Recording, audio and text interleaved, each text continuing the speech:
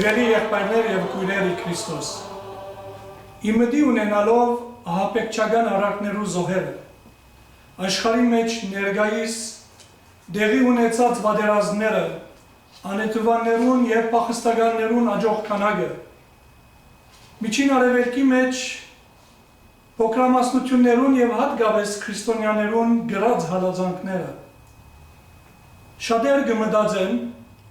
այս ծնունդը մյուսներուն նման չէ։ Եվ մտածելով այն բոլոր մտահոգություններուն եւ ամենօրյա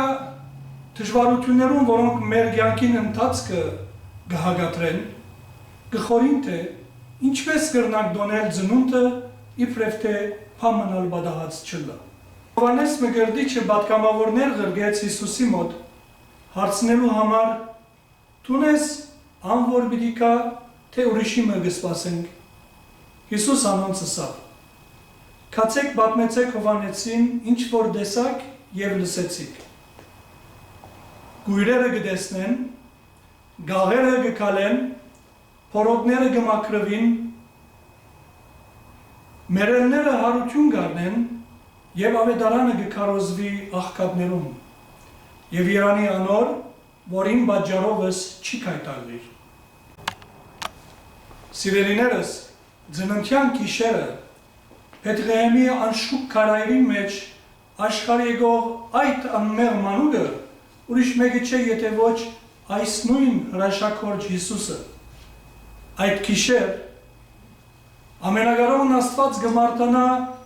մեզ մեր յուրաքանչյուրին համար։ Ծննդյան օրը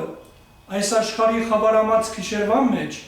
հավիտենական եւ անմար հույսի լույսը գշողա, որ մեծ ուրախության ավետիսն է։ Բոլորիս համար հրկիչ մը գծնի, որ օձիալ դերն է։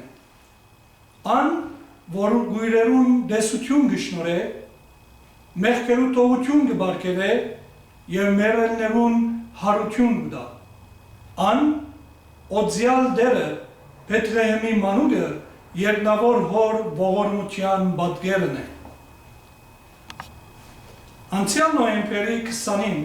Սուրբ Պետրոսի մայր տաճարի մեջ ողորմության օպերինական Սուրբ Դարվան փակման արդիվ մատուցած հանդիսավոր բադարակին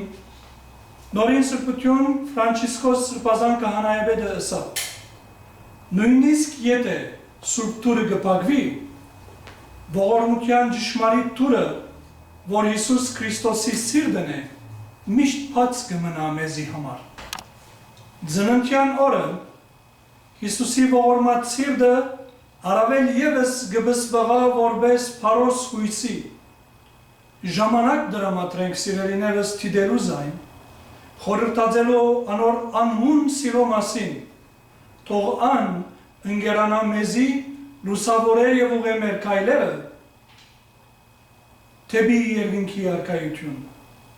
Այս է մաղթանքս բոլորին, ցեզ մեր յուրաքանչյուրին, ձեր ընտանիքի անդամներուն եւ բարեկամներուն։ Քրիստոս ծնավ եւ հայտնեցավ ցեզի մեզի մեծ ավետիս։